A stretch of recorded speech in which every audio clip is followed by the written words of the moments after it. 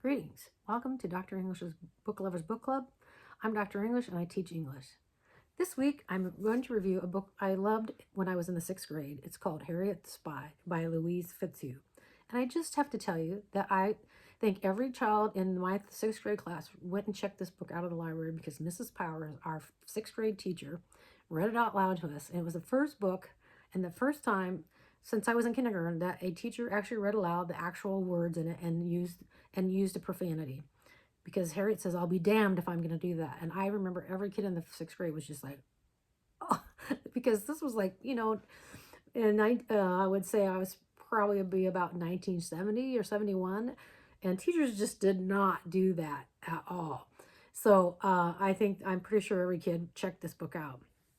I haven't read this for a long, long time, and I had forgotten, some of the premise that I didn't remember. And I was like, grew up in very small town. Everybody was poor, and I didn't remember that Harriet M. Welsh was very privileged. And I don't know, I just totally missed that. I think I'm more aware of those things now than I used to be.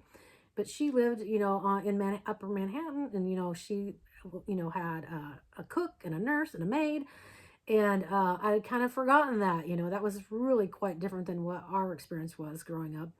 And I feel like I don't remember that. I just remember that she swore, and I remember that she kept a notebook. And of course, I was wanting to be a writer too. So I thought it was pretty funny. But, the thing about this that shows that it's kind of outdated is because of the language, because she writes the meanest things in her notebook. Like, we don't call people fat. I mean, I'm not saying that there aren't kids nowadays who might keep a notebook and actually write some of the similar kinds of snide comments. But I guess the thing that I think as the reader you have to remember that she's a kid, and she's writing down things. She's a spy, and so she's writing stuff, observations in her notebook, and that's the language that she would have. And so, but reading it now, I just think, wow, that's just mean. But I think that's the whole gist. I think Louise Fitzhugh knew that, she's writing all this stuff down, and it's just like, it's just a matter of time that this might cause her some trouble. But she comments on she goes along, she has her little route that she goes on this route to do her spying around the neighborhood. And so it's really, I mean, it's funny, but it's also just like, wow, I can't believe it, we wouldn't probably have a book that maybe has that.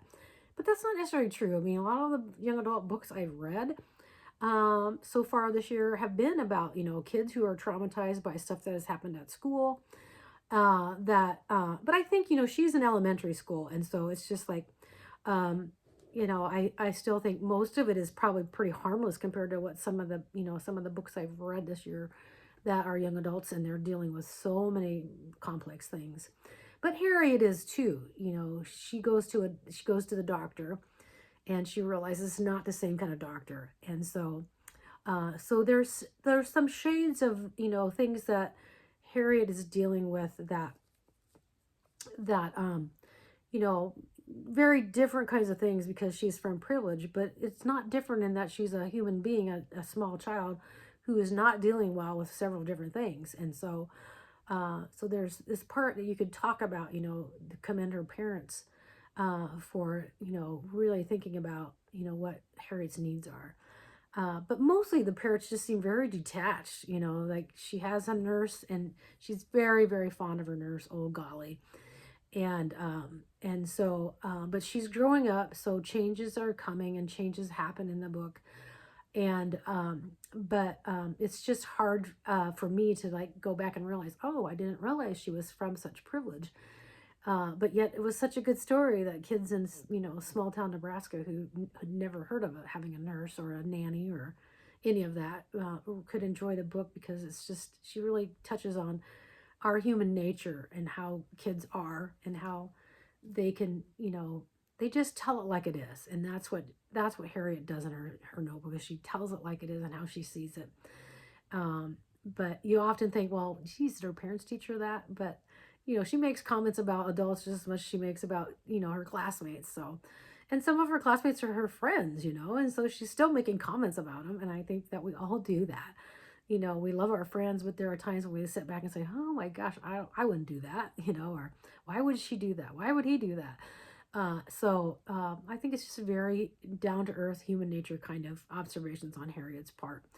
So it's one of those books where you have to kind of get past that, kind of, it's not archaic because it's not archaic language, but it's definitely from the past, and you have to kind of get back past the shock of like, oh, did people actually write like that and talk like that? Yes, not like any other books. I mean, we've had that conversation about Harper Lee's To Kill a Mockingbird, and the use of language in that for kids today, that's just like, what? But going back to even some of the classics too, you still had that change in the language and what's perceived as acceptable and not acceptable. So but this is a great book. It was fun for me to go back and say, oh, you learn something new every time you reread a book. And I think that's the thing about rereading a book that I like, because I've had a lot of fun rereading a lot of these young adult and, even just upper elementary books of things that I liked as a kid. And the only ones I haven't done are Nancy Drew. I was absolutely addicted to Nancy Drew books. And as an adult, I've really shied away from series kinds of books because I feel like once you've read one, you've read them all. But it's still why I do a really good job when I watch Only Murders in the Building, because I read a lot of Nancy Drew as a kid. So I like that. I'm going to read from about the middle of the book. Miss Golly has a boyfriend, and she decides against her better judgment to go take Harriet to a movie with her boyfriend. And she says, well, my parents won't be back. We could do it. My parents won't be back till late because they're going to a societal kind of shindig. But unbeknownst to Harriet, they came home early. What is this? What is the meaning of this? Miss Golly, I am amazed. Old Golly started toward the door. Her arms opened in the beginning of explanation. Simultaneously, Harriet realized what must have happened. The Walshes had come home early. Oh dear, she thought. We're in for it. Where is my child? Mrs. Welch was screaming hysterically. Harriet, where is Harriet? Old Golly started to talk, so going toward her. Is that you, Harriet? What are you doing in that thing? Mrs. Welch, Old Golly started but got nowhere because Mrs. Welch turned abruptly back toward the house with a scream. Come here quickly, she called toward the open doorway. They took Harriet someplace. Mrs. Welch, Old Golly was running now, horrified. She was on the top step by the time Mr. Welch came to the door. The three of them stood framed in the light while Harriet and Mr. Waldenstein stared into the open mouth, excuse me, stared in open-mouthed astonishment. What in the world? Began Mr. Welch, then ran down the steps two at a time, and in one move lifted Harriet bodily out of the cart. Who are you? He breathed heavily into Mr. I'm not sure. Waldenstein's face. We no harm meant, sir. Miss Golly and I. Mr. Waldenstein looked terrified. Miss Golly, Mr. Welch said in a terrible voice as he headed for the door with Harriet in his arms. Over his shoulder, he said, and don't you go away. Come inside here. And he waited until Mr. Waldenstein had leaned the bike against the curb and was following him. He stood aside and let Mr. Waldenstein go ahead as though he thought he would run away. They went up to the doorway, and Mrs. Welch and Old Golly moved inside ahead of them.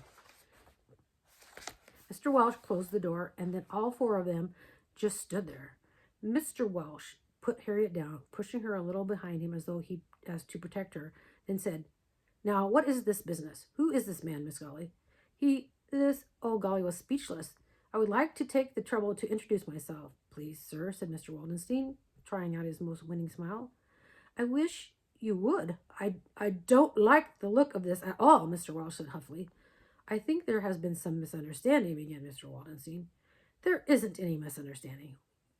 What are we all standing here talking like this for? Mrs. Welch was screaming at the top of her lungs. Who is this man?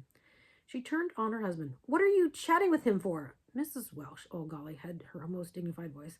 Mrs. Welch, I would like to explain, and no harm has come to Harriet. We simply went, but she got no further. Harm! Mrs. Welch screamed. What about the harm to me to come home in the middle of the night? Do you realize that it is 12 o'clock, Miss Golly? Do you realize that? There was something about Mrs. Welch's hysteria that made it impossible to combat. They were all floored by it by a giant wave. She screamed on into the silence. I have never had such a terrifying experience. I don't care what you did or where you went. This is not going to happen again. I tell you, Miss Gully, you are fired. The last word fell like a dropped tray. So, poor Miss Golly, just one time, she decides to take Harriet with her boyfriend to the movie because Harriet wanted to go desperately. She'd never gotten to go to a movie. And they had such a wonderful evening, and they came home and they were home, and it was just so heartbreaking for Harriet to have that happen. So this is a book definitely I would teach like fourth, fifth, sixth grade. I definitely would teach this book. I don't know if people still do. Definitely put it in, with a group, a book club group or literature circles or a novel panel. Definitely do that. And I think that it's a classic. The worst word in there is damned.